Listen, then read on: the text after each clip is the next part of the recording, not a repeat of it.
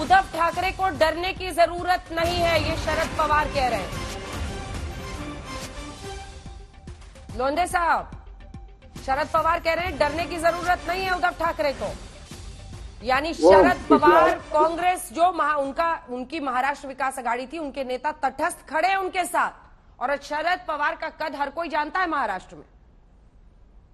देखिए अंजना जी, पिछले 2.5 साल से उद्धव ठाकरे तो शरद पवार की सुन रहे थे, इसलिए तो नौबत आई उनके ऊपर। ये जो आज परिस्थिति उद्धव ठाकरे के ऊपर आई है, तो शरद पवार उनका सुन रहे थे, इसके वजह से आज उनको ये दिन देखना पड़ा है। और आनंद दुबे जी का मैंने बहुत अभी बयान सुना है। आनंद दुबे जी ने एकदम कटघरे में एकनाथ शिंदे साहब को खड़ा किया है। मैं दुबे साहब से एक सवाल करना चाहता हूँ अंजना जी। बाला साहब ठाकरे जी ने ठीक है पार्टी की नींव रखी, पार्टी का बुनियाद तो ढांचा बना, हिंदुत्व के ऊपर बनाया। पार्टी बढ़ाने के लिए बाला साहब ठाकरे जी के ऊपर इतने पुलिस केसेस थी, उन्होंने पुलिस की लाठियां भी अपने पीठ पे खाई है। लेकिन बाला साहब के पास मुझे आनंद दुबे जी एक बताइए कि उद्धव ठाकरे साहब के ऊपर कितनी पुलिस केसेस है? कौन से आंदोलन में उद्धव ठाकरे महाराष्ट्र में सहभागी हुए हैं? कौन से पुलिस स्टेशन में उनके खिलाफ मामला दर्ज है? कौन से कोर्ट से उनको अभी तक नोटिस गई है? आदित्य ठाकरे के ऊपर कौन सी कार्रवाई हुई? आदित्य ठाकरे कभी जेल में या कौन से पुलिस स्टेशन में अभी तक बंद हुए क्या? ये बात महाराष्ट्र को पहले बताइए। लेकिन एकनाथ शिंदे साहब ये जो नेता है ना, ये मास लीडर है।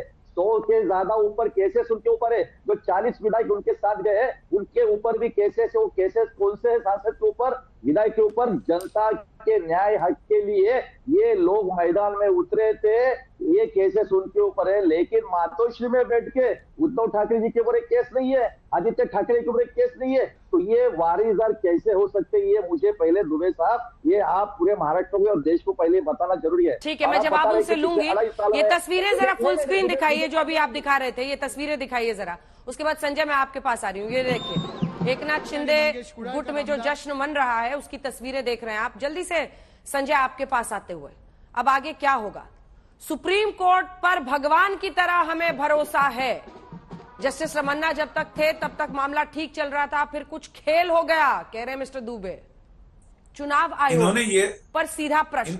हाँ, इन्होंने ये तो बताया कि सुप्रीम कोर्ट ने रोक लगा दी थी, लेकिन सुप्रीम कोर्ट ने फिर आगे चलकर यह भी कहा था कि अब हमारा शक दूर हो गया है, इलेक्शन कमीशन अपनी तरफ से जो कार्रवाई करना चाहे वो कर दे। और मुझे ऐसा लगता है कि उद्धव ठाकरे ग्रुप जरूर सुप्रीम कोर्ट जाएगा, लेकिन सुप्रीम कोर्ट का अब तक का रुख देखने से लगता है कि निर्वाचन आयोग स्वायत्त संस्थान है, लिहाजा निर्वाचन आयोग के अधिकार क्षेत्र में सुप्रीम कोर्ट कोई दखल नहीं देगा। क्योंकि पार्टियों को सिंबल अलॉट करना, पार्टियों के नाम का निर्णय करना, ये निर्वाचन आयोग का विशेषाधिकार है, वही इसका कर्तव्य, वही अधिकार क्षेत्र है। ऐसे में सुप्रीम कोर्ट इसमें नहीं पड़ेगा। और जहां तक बात है कि सुप्रीम कोर्ट में मामला चल रहा है, सुप्रीम कोर्ट में अयोग्यता का मामला चल रहा है, पार्टी के चुनाव चिन्ह, पार्टी के नाम को लेकर कोई मामला नहीं चल रहा है। सुप्रीम कोर्ट में जो मामला चल रहा है वो बिल्कुल अलग है, और निर्वाचन आयोग का जो अधिकार क्षेत्र है वो अलग है। क्योंकि निर्वाचन आयोग ही पार्टियों को सिंबल देता है, पार्टियों से सिंबल लेता है, और सिंबल जब्त कर सकता है, नाम जब्त कर सकता है, फ्रीज कर सकता है।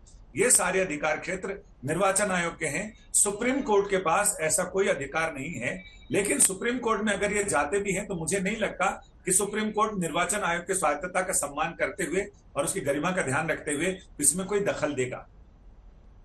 जल्दी से एक बार सुना देते हैं, कुछ और प्रतिक्रियाएं आ रही हैं, उसके बाद मुस्तफा आपके पास आते हैं। मातोश्री में क्या हो रहा है बताएंगे, वो सुनाइए।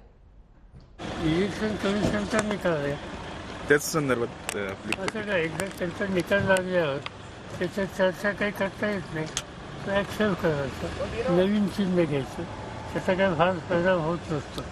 मला आठवत आहे की काँग्रेसमध्ये एकदा इंदिरा गांधी आणि हा वाद झाला, त्यावेळी काँग्रेसची वैलजवळी खून असायची, ती गेली, काँग्रेसने हात घेतला आणि लोकांनी मान्य केलं।